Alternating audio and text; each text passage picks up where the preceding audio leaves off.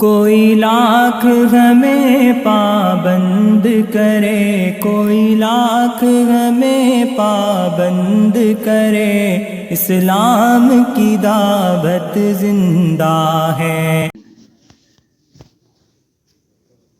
نحمد و نصلی علی رسول الکریم، اما بعد، اعوذ باللہ من الشیطان الرجیم، بسم اللہ الرحمن الرحیم، والذین جاہدوا فینا لنہدینہم سبلنا وان اللہ لمع المحسنین۔ وقال النبی صلی اللہ علیہ وسلم لا يجتمع غبار في سبيل الله ودخان جهنم في جوف عبد أبدا، أو كما قال عليه الصلاة والسلام۔ میرے محترم دوستوں، بزرگوں، عزیز ساتھیوں، اللہ کے نزدیک بندوں کی کامیابی کا مدار وہ دینداری ہے، یہی اللہ کا ضابطہ ہے کہ جس بندے کے اندر دینداری ہوگی اللہ اسی کو کامیاب کریں گے، اور اللہ کے ضابطے میں تبدیلی نہیں۔ لا تبدیل لکلمات اللہ، اللہ کے ضابطے میں، اللہ کے اصول میں کوئی تبدیلی نہیں، اللہ کی بات میں تبدیلی نہیں۔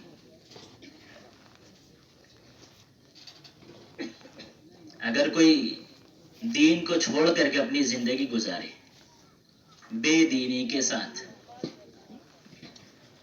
تو ظاہر سے بات ہے کہ اللہ اس سے ناراض ہوں گے، اور دین کو چھوڑنا ہی معصیت ہے، گناہ ہے۔ اس لیے کہ بندہ دو حال میں سے کسی ایک حال پر قائم رہے گا، بندہ کسی دو حال میں سے ایک حال پر قائم رہے گا، یا تو دیندار ہوگا یا تو بے دین ہوگا، یا تو بھلائیوں پر ہوگا یا تو برائیوں پر ہوگا، یا تو نیکیوں پر ہوگا یا گناہ پر ہوگا۔ تو بندہ دو حال سے خالی نہیں ہے، اور یقین جانے کہ اللہ تعالی بے دینی کی بنیاد پر ناراض ہوتے ہیں۔ ان اللہ لا یرضی عن القوم الفاسقین، کہ اللہ تعالیٰ فاسق قوم سے، اللہ تعالیٰ گنہگار قوم سے کبھی راضی نہیں ہوتے، اللہ اسے ناراض ہوتے ہیں، اور اللہ جس سے ناراض ہو اللہ اس کو ہدایت بھی نہیں دیتے۔ ان اللہ لا یہدی القوم الفاسقین، اللہ تعالیٰ گنہگار کو ہدایت نہیں دیتے۔ ہاں، جو جانتے ہوئے گناہوں میں لگا ہے، علم کے بعد بھی گناہوں میں لگا ہے، تو اللہ تعالیٰ اس سے راضی بھی نہیں، اور اللہ جس سے راضی نہیں اللہ اس کو ہدایت بھی نہیں دیتے۔ اس لیے اللہ کے نزدیک بندوں کی کامیابی کا مدار اللہ کا دین ہے۔ جس بندے کے اندر دینداری ہوگی اللہ اس سے خوش ہوں گے، اور جس بندے کے اندر دینداری نہیں ہوگی اللہ اس سے ناراض رہیں گے۔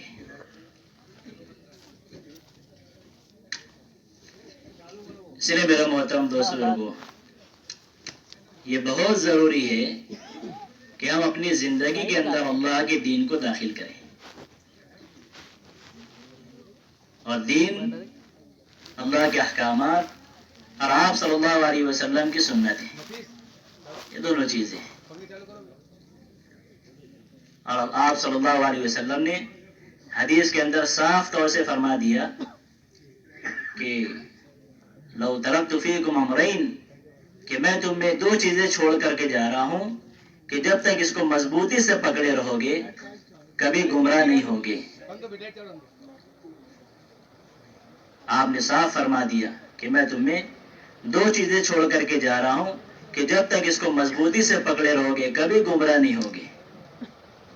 کتاب اللہ و سنت نبی صلی اللہ علیہ وسلم، اللہ کی کتاب، وسیع لکھتے ہیں کہ اللہ کی کتاب سے مراد اللہ کے احکامات و سنت نبی صلی اللہ علیہ وسلم، اور آپ صلی اللہ علیہ وسلم کی سنت ہے۔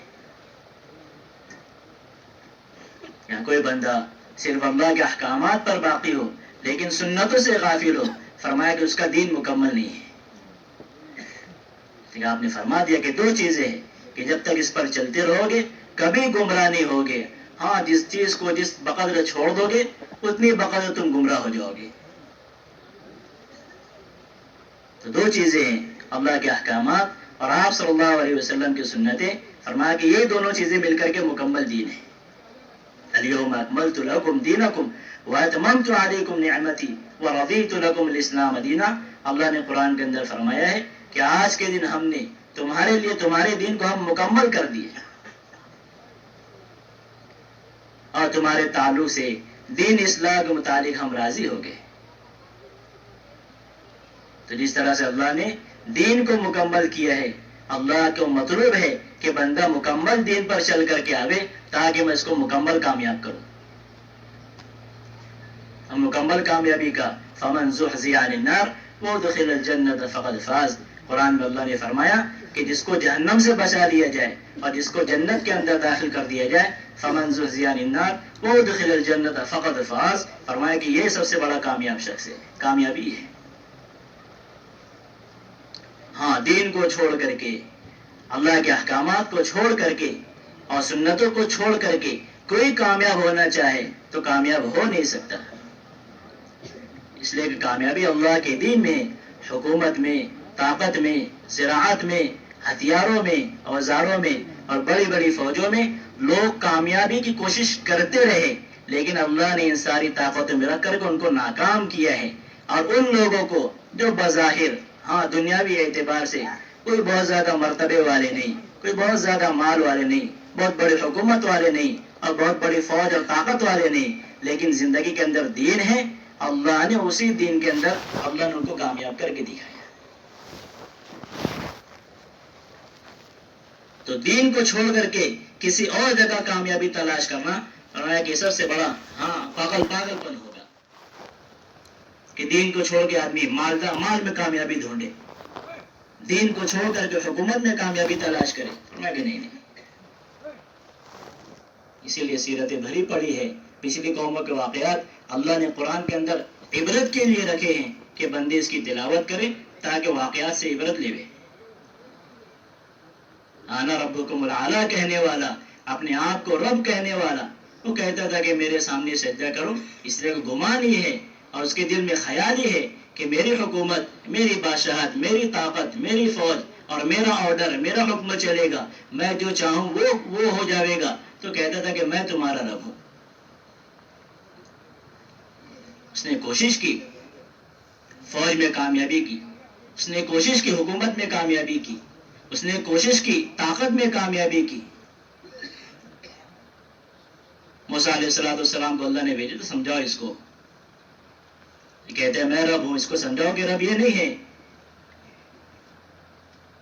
اللہ کی تعریف بیان کر رہے کہ اللہ ایسے قدرت والے, طاقت والے, پورا ملک اللہ کے اختیار میں, حکومت اللہ کے اختیار میں, ساری فوجیں اللہ کے اختیار میں, مشرق مغرب سب اللہ کے اختیار میں, عزت ذلت سب اللہ کے اختیار میں. اللہ جو چاہیں گے وہ ہوگا. الم تر الی الذی حاج ابراہیم. ابراہیم علیہ السلام نے اپنے بادشاہ سے وہ بھی کہہ رہے کہ نہیں تو کچھ نہیں ہے, اللہ کے اختیار میں سب ہے. موسیٰ فرعون سے کہہ رہے کہ کچھ نہیں ہے, سب اللہ کے اختیار میں, اللہ جو چاہیں گے وہ ہوگا. کہتے اللہ کی سنت ہے, اللہ ڈھیل دے کے بھی سمجھاتے ہیں اور اللہ پھر ڈوری کھینچ کے بھی سمجھاتے. سمجھ تو جائے بندہ, کبھی سمجھانے کے ذریعے, کبھی عبرت کے ذریعے, کبھی کچھ حالات ڈال کر کے کیوں اللہ کی طرف رجوع ہو. موسیٰ علیہ السلام سمجھا رہا اس کو نہیں تو کچھ نہیں, اللہ کے اختیار میں سب کچھ ہے. تو ماننے سے رہا کیونکہ طاقت کا گھمنڈ, آنا بولتے ہیں نا آنا. اس لیے آج کے زمانے میں بھی جس کے دل کے اندر آنا کہ میں سب کچھ, میرا سب کچھ, میں جو چاہوں وہ, تو ایسے بندے کے سامنے اگر اسلامی شریعت بھی کھول کے رکھ دے تو اس کا انکار کرتا ہے, وہ کہتا ہے کہ میں. انا کا جو لفظ ہے اور انا کا جو ارادہ زوم ہے, خیال ہے, آدمی کو سراسر گمراہی کی طرف لے کے جاتا ہے کہ نہیں میں سب کچھ, تم بتانے والے کون, تم سمجھانے والے کون, میں ہم اس کو معلوم ہے سب. یہ سمجھا رہے اس کو سمجھ جاوے. تو پھر اللہ نے ڈوری کھینچی بھی. فارسلنا علیہم الطوفان والجراد والقمل والضفادع والدم آیات مفصلات. پھر ہم نے اس کے اوپر فوجیں بھیجی، خون کی فوجیں اور کھٹمل کی فوجیں اور میڈک کی فوجیں، کہ جس کھانے کو ہاتھ لگاوے وہ کھانا میڈک بن جاوے، اور جس چیز کو پینے کے لیے ہونٹ سے لگاوے وہ چیز خون میں تبدیل ہو جاوے. پورے لباس میں کھٹمل اتار کے رکھے تو سارے کھٹمل غائب، پھر پہن لے وے پھر سے کھٹمل. کہا کہ اپنے آپ کو رب کہنے والا، اپنے آپ کو سب سے بڑا کہنے والا، اپنی طاقت کے گھمنڈ میں رہنے والا، اپنے ہی بادشاہت میں اور اپنی ہی ملکیت میں اور اپنے ہی محلات میں بھوکا بھی ہے، پیاسا بھی ہے اور بغیر کپڑے کے بھی ہے. اللہ نے سمجھا دیا کہ تو کچھ نہیں ہے. فاستكبروا وكانوا قوما مجرمين. پھر بھی نہیں مانا. فاستكبروا، پھر بھی تکبر کیا. وكانوا قوما مجرمين، اور پھر مجرمین میں سے ہو گیا. پھر اللہ نے ہلاک کر کے بھی دکھایا. بنی اسرائیل بظاہر کوئی نقشہ نہیں، دنیاوی کوئی اسباب نہیں، لیکن دینداری، اللہ کے احکامات، اپنے وقت کے نبی کی بات پر چلنا، اللہ نے اس کو کامیاب کیا. بنی اسرائیل کو کامیاب کر کے اللہ نے فرعون اور فرعون کی قوم کو گرک کیا. کہ دینداری اللہ کے نزدیک. بندہ محنت کرے اپنے آپ کو دین پر چلنے کے لیے، یہ دین پر چلے اور دین پورا سراسر اس کی زندگی کے اندر ہو. جس شعبے کے اندر بندہ اپنے کام میں ہے، مشغولیات میں ہے، کاروبار میں ہے، جس شعبے میں ہے اس شعبے کا دین اس کی زندگی کے اندر ہونا چاہیے. بلکہ علماء فرماتے ہیں کہ اللہ کے نبی کے زمانے میں ایک بال کاٹنے والا، ایک نائی اپنے کاروبار کا اور اپنے کام کا دین جاننے والا تھا. اس کو معلوم تھا کہ بال کس طرح کاٹنے ہیں. یہ تھا. حضرت عمر کے زمانے میں کسی نے بازار میں دھوکہ دے دیا، ہاں مال کچھ بتایا اور بیچ کچھ دیا، یہ مانا دھوکے سے کام لے لیا. حضرت عمر نے اس کو مسجد بلائے کہ اس کو پکڑ کے لاؤ. وہ مسجد کے اندر لانے کے بعد آپ نے سارے لوگوں کو جمع کیا اور ایک اعلان کیا کہ جو شریعت کا علم نہ سیکھے اور تجارت کا دین جس کو علم نہیں ہے وہ مدینہ کے مکہ کے بازار میں دکان نہیں لگا سکتا. ہاں، اور اس کو جس نے دھوکہ دیا اس کو سزا دے کر کے پھر روانہ کیا. یعنی دین سیکھو پہلے. ہاں، جس شعبے میں ہو پہلے اس شعبے کا دین تمہاری زندگی کے اندر ہو، پھر اس شعبے کے اندر جاؤ. ہاں، اگر اس شعبے کا دین نہیں ہوگا تو پھر دھوکہ بھی دو گے، پھر جھوٹ بھی بولو گے، ہاں پھر دغا بازی بھی کرو گے، پھر خیانت بھی کرو گے، سب ہوگا پھر.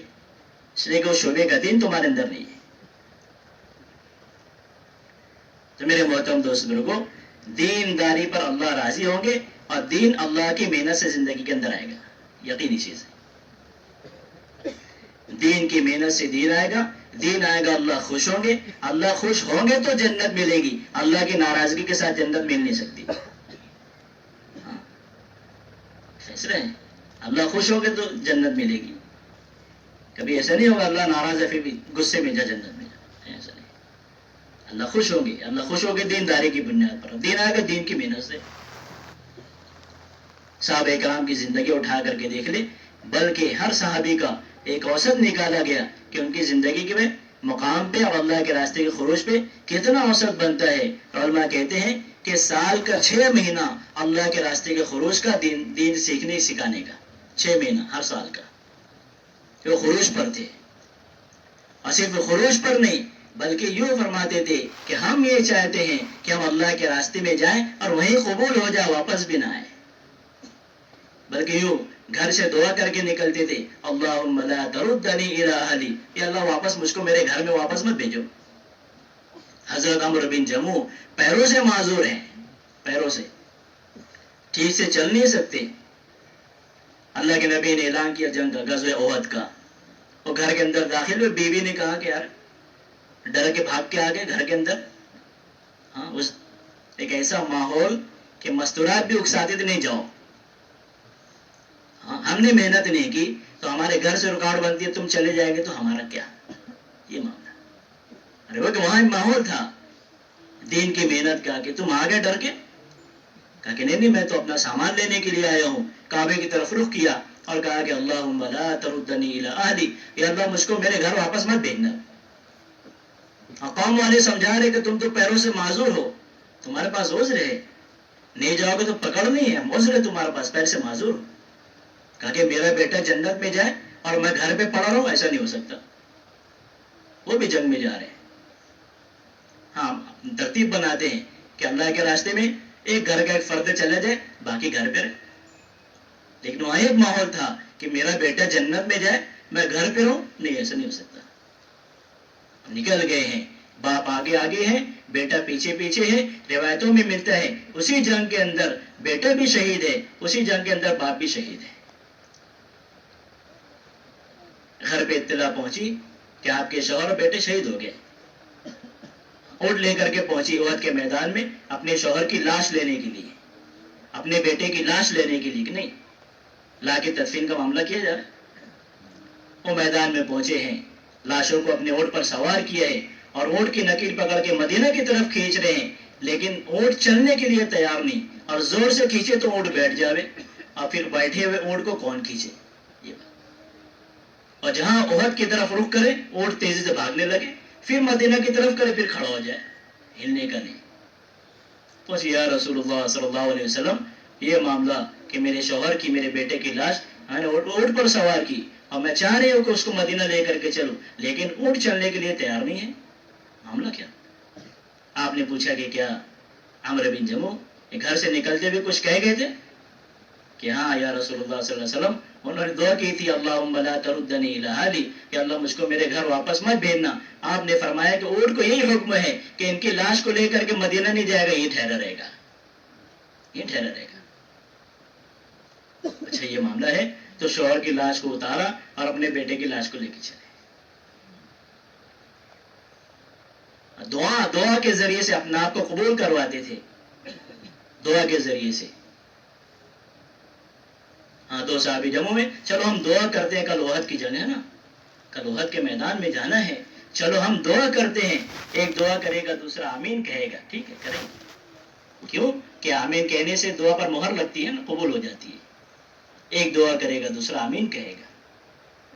پہلے نے دعا کی کہ یا اللہ کل احد کے میدان میں بڑے جنگجو سے اور بڑے بہادر سے مقابلہ ہو، میں اس کے اوپر وار کروں، وہ میرے اوپر وار کرے، اور میں اس کے اوپر ایسا وار کروں کہ تیرے راستے میں اس کو قتل کر دوں۔ کہا کہ آمین۔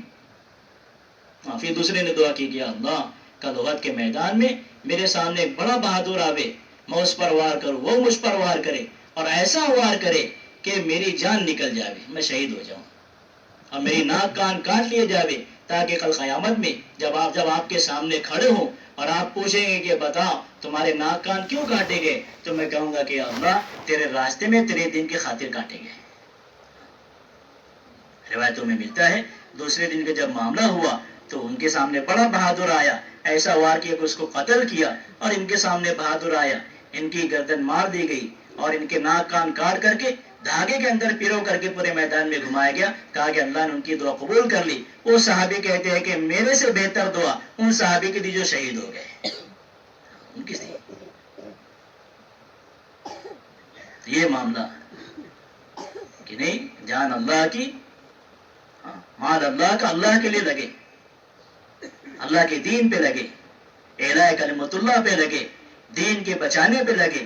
بلکہ اس زمانے میں ایسی محنت کا ماحول کہ بچوں کا یہ جذبہ تھا کہ میری جان اللہ کے دین پر اور اللہ کے نام پر قربان ہو جاوے۔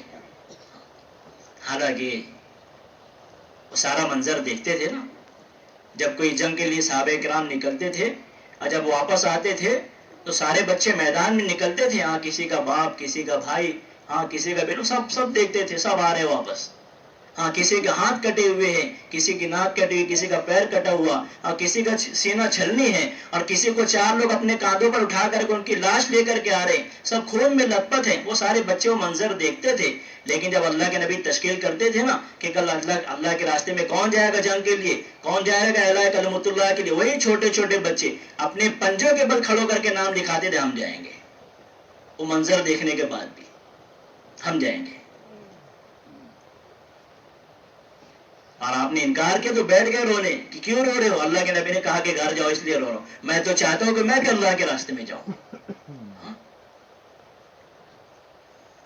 ایک صحابی کھڑے ہیں، 2 چھوٹے بچے بازو میں، کہا کہ بتاؤ تو ابو جہل کون ہے؟ تمہارا کیا مقصود؟ ابو جہل کفار کا سردار ہے، مشرکین کا سردار ہے، تم بچے اس سے کیا معاملہ؟ کہا کہ میں نے سنا ہے کہ اللہ کے نبی کو برا بھلا کہتا ہے، اللہ کے نبی کو تکلیف دیتا ہے، میں اس کو دیکھ لوں، یا تو وہ زندہ رہے تو میں زندہ رہوں. یہ جذبہ بچوں کا. کہا کہ وہ تمہارا مقصود گھوڑے پہ سوار. دونوں بڑے ہیں، اپنی تلوار کو لے کر کے ایک بچے نے گھوڑے کے پیر پہ وار کیا، ایک نے ابو جہل کے پیر پہ وار کیا. گھوڑا بھی گرا ہے، ابو جہل بھی گرا ہے، دونوں ٹوٹ پڑے ابو جہل پہ. وہ اکرامہ نے دیکھا، اس وقت ایمان قبول نہیں کیا. اکرامہ رضی اللہ دیکھا کہ دو بچے میرے باپ پہ سوار ہتھیار سے حملہ کر رہے ہیں. وہ دوڑ کر کے آئے ہیں اور ایک بچے کے ہاتھ پہ وار کیا، کاندھے پہ. معاذ بن افرا کاندھے پہ وار کیا. کتابوں میں ملتا ہے اتنی زور سے وار کیا ہے کہ گوشت بھی کٹا، ہڈیاں بھی کٹ گئی. وہ ایک ہاتھ صرف چمڑے پہ لٹکا ہوا، چمڑے پہ. اسی طرح لڑتے رہے.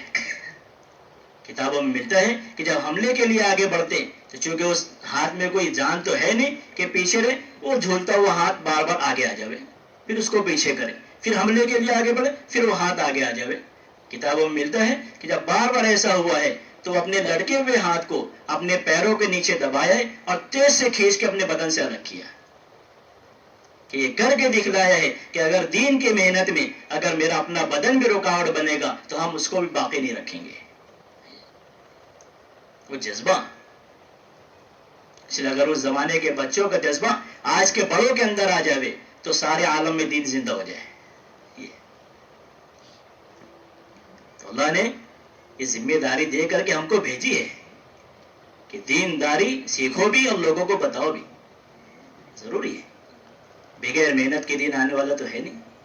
آدمی دنیا میں مست رہے اور چاہے کہ دین بھی آ جاوے، ممکن نہیں ہے، ممکن نہیں. اس لیے کہ آدمی دو حال میں سے ایک حال میں ہوگا، یا تو دینداری پر یا تو بے دینی پر. صاف بات. ہاں، دعوت کی محنت نہیں ہوگی تو امت اللہ سے غافل ہوگی اور اپنے دین سے جاہل ہو جائے گی. اللہ سے بھی غافل ہوگی اور دین سے بھی جاہل ہو جائے گی. اس کو اپنے دین کا پتہ نہیں ہوگا دین کیا ہے. اور دین کی محنت ہوگی تو لوگ اللہ کو پہچانیں گے بھی، دینداری پر بھی باقی رہیں گے. اور دو چیزیں جو امت کے اندر ہے بڑی خطرناک ہے. آپ نے فرمایا کہ دو چیزیں، دو نشے، دو نشے. امت ہدایت پر باقی رہے گی جب تک یہ دو چیزیں اس کے اندر پیدا نہ ہو جائے. سکرت الجہل و سکرت حب العیش. دو چیزیں ہیں کہ جب یہ دو نشے آ جائیں گے تو پھر یہ گمراہی میں مبتلا ہو جائے گی. آپ نے فرمایا کہ سب سے پہلا نشہ سکرت الجہل، وہ اپنی جہالت کا نشہ ہے. جہالت کا نشہ. اور جہالت کا نشہ کہ آدمی یہ سمجھ لے کہ مجھ کو سب آ گیا. آدمی یہ سمجھ لے کہ مجھ کو سب آ گیا، مجھ کو سیکھنے کی ضرورت نہیں ہے. علماء کہتے ہیں کہ جہاں بندہ یہ سمجھ لے کہ مجھ کو سب آ گیا، اللہ اس پر علم کا دروازہ بند کر دیتے ہیں، اب نہیں سیکھ پائے گا. اور جہاں یہ سمجھ لے کہ بہت سیکھنا باقی ہے، ابھی تو کچھ سیکھا ہی نہیں، تو پھر اللہ تعالیٰ اس کو موت تک سکھاتے ہیں. اور آپ نے حدیث کے اندر فرمایا کہ ایمان والے کا سینہ علم سے کبھی بھرتا نہیں ہے. وہ علم کی باتیں سیکھتا رہتا ہے یہاں تک کہ اس کو موت آ جاتی ہے، قبر کے اندر جاتا ہے اور جنت میں چلا جاتا ہے. تو سکرت الجہل، ایک تو جہالت کا نشہ کہ مجھ کو تو سب آ گیا، کچھ کرنے کی ضرورت. ہاں، بہت سارے ایسی کارگزاریاں ہیں جو یہ سمجھتے تھے کہ ہم کو سب آ گیا، تو ہم کو کیوں بھیج رہے جماعت میں؟ ہم کو جماعت میں جانے کی ضرورت ہی نہیں، ہم تو یہاں سب کر رہے ہیں، ذکر بھی کر رہے ہیں، نماز بھی پڑھ رہے، تلاوت بھی کر رہے، سب کر رہے. ہم کو کچھ سیکھنے کی ضرورت نہیں ہے. لیکن جب خروج کی اللہ کے راستے میں تو پھر پتہ چلا کہ صرف فاتحہ میں بھی غلطی ہے. صراط الذین انعمت علیہم پڑھ رہے ہیں. اس کو قرآن کے اندر کیا ہے؟ صراط الذین انعمت علیہم، کہ اللہ ان لوگوں کے راستے پر چلا جس پر اللہ تو نے انعام کیا. اور کیا پڑھتے تھے؟ صراط الذین انعمت علیہم، یہ اللہ ان لوگوں کے راستے پر چلا جس پر میں نے انعام کیا. کیا ہو گیا؟ معنی ختم. افسر پکڑ کے بیٹھ رہے. ہم تو سمجھ رہے تھے کہ ہم کو تو پورا دن آ گیا، لیکن ابھی تو ہماری صرف فاتحہ سے نہیں تو آگے کا معاملہ کیا. تو یہ سب سے بڑا جہالت کا نشہ. سب آ گیا تو بات ختم ہو گئی، علم کا دروازہ بند ہو گیا. اور دوسرا نشہ سکرت حب العیش، دنیا کی زندگی کی محبت کا نشہ. آپ نے فرمایا لو عزمت الامت الدنیا نزعت منها ہیبت الاسلام، کہ جب یہ امت آخرت کے مقابلے میں دنیا کو بڑی چیز سمجھنے لگ جائے گی، پھر اسلام کی اہمیت اور اس کی وقت اس کے دل سے نکل جائے گی. ہاں، اسلام کو اسلام نہیں مانے گا. اس لیے میرے محترم دوستوں کو ہم سب یہ طے کریں کہ انشاءاللہ ہم دین کو سیکھنے کے لیے زیادہ سے زیادہ وقت لے کر کے اللہ کے راستے میں جائیں گے. اسی کی نسبت سے اپنے آپ ماشاءاللہ اجتماع ہے. 15-16 تاریخ سے عربی خدمت کے ایام بھی ہے. لوگ اپنی خدمتیں پیش کر رہے ہیں. خدمت آپ صلی اللہ علیہ وسلم بھی کیا کرتے تھے اللہ کے راستے میں. خدمت. ہاں، ایک سفر میں بعض صحابہ کرام نے روزہ رکھا اور بعض صحابہ کرام بغیر نفلی روزہ، جو بولیں گے فرض روزہ، صحابہ کرام چھوڑنے نہیں، نفلی. بعض صحابہ کرام نے روزہ رکھا اور بعض بغیر روزے کے تھے. ایک جگہ پہ قیام کیا. جو صحابہ کرام روزے سے تھے وہ بالکل تھک گئے، سخت دھوپ ہے، گرمی ہے، پیاس کی شدت ہے، تو وہ صحابہ کرام جو روزے سے تھے وہ آرام کے لیے لیٹ گئے. اور جو صحابہ کرام روزے سے نہیں تھے ان لوگوں نے جانوروں کو باندھا، ان کو چارہ وارہ دیا اور کچھ خدمت کے کام کیے. آپ صلی اللہ علیہ وسلم نے فرمایا کہ خدمت کرنے والے یہ ساری خیر لے کے چلے گئے. ایک طرف تو وہ روزہ رکھنے والے، ایک طرف یہ خدمت کرنے والے. کہا کہ خدمت کرنے والے یہ ساری خیر لے گئے، ساری خیر لے گئے. ایک غزوہ میں صحابہ کرام گئے ایک سفر میں، تو واپس آنے کے بعد میں کہا کہ ہمارے اندر ایک ساتھی ایسا تھا کہ بہت نیک، بہت نیک، دن میں روزہ رکھتا، رات میں نمازیں پڑھتا، دن میں روزہ رکھتا، تلاوت کرتا، رات میں نمازیں پڑھتا، تلاوت کرتا، اس کے علاوہ کچھ کام ہی نہیں تھا. تو آپ نے پوچھا کہ اچھا یہ بتاؤ اس کے سفر کے سامان، لوازمات اور اس کے جانوروں کی حفاظت کس نے کی؟ کہا کہ ہم کرتے تھے، ہم اس کے جانوروں کو چارہ پانی دانا جو ہوتا دے دیتے، اس کے سامان کو ہم اٹھا لیتے. فرمایا کہ اس سے زیادہ ثواب تم نے حاصل کر لیا. خدمت.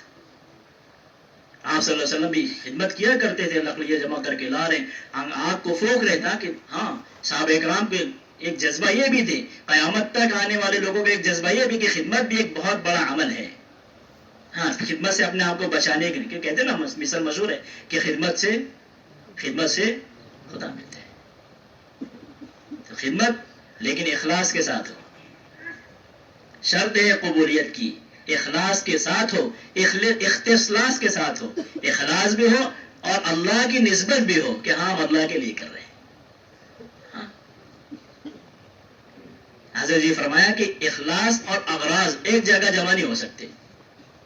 اخلاص اور اغراض میری کوئی غرض ہو، پیسہ لینا ہو، بڑا بننا ہو، عزت کا پا لینا ہو، لوگ کہیں کہ بہت اچھا ہے، لوگ کہیں کہ بہت محنت کرنے والا. اگر یہ اغراض آ گئی دل کے اندر، اخلاص ختم ہو گیا، اس کے سارے اعمال پر پانی پھر جائے گا. اس لیے اخلاص بھی ہو، استخلاص بھی ہو اور اللہ ہی کے لیے ہو. اور کوشش یہ کرے کہ اپنا زیادہ سے زیادہ وقت دین کے سیکھنے سکھانے میں بھی ہو، مسجد کی آبادی والی محنت میں بھی ہو. اللہ کے نبی کے زمانے میں مسجد آباد تھی